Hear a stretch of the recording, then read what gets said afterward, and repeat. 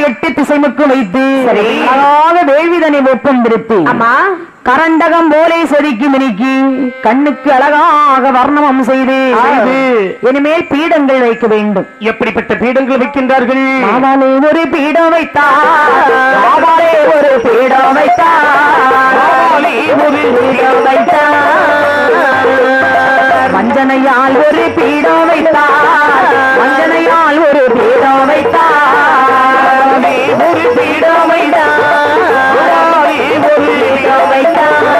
மாவாலே ஒரு பீடம் வைத்தார், ஒரு பீடம் வைத்தார், ஒரு பீடம் வைத்தார், சாந்தாலே பீடம் வைத்தார், சந்தனத்தால் ஒரு பீடம் வைத்தார்,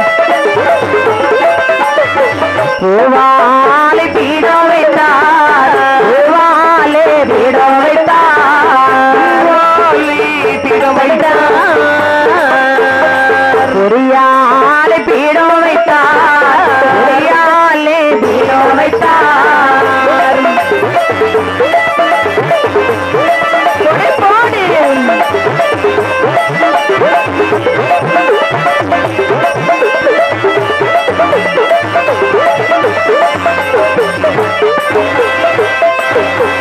மாவாலே ஒரு பீடம் வைத்தார்கள், மஞ்சளையால் ஒரு பீடம் வைத்தார்கள், பூபாலே ஒரு பீடம் வைத்தார்கள், ஒரு பீடம் வைத்தார்கள், சந்தனத்தால் ஒரு பீடம் வைத்தார்கள், காவியங்கத்தால் ஒரு பீடம் வைத்தார்கள், சதுரத்தால் ஒரு பீடம் வைத்தார்கள், அப்படி வெங்கலத்தால் ஒரு பீடம் வைத்தார்கள், ஒரு பீடம் வைக்கின்றார்கள், செம்பால் ஒரு பீடம் வைத்தார்கள், ஒரு பீடம் வைக்கின்றார்கள். ஆமா அதால் ஒரு பீடம் வைத்தார்கள். இப்படி 21 பீடங்கள் விதவிதமாக வைத்தார்கள். வைத்து பீடமெல்லாம் வைத்து விட்டோம். சரி, இனிமேல் உருக்கள் எழுத வேண்டும்.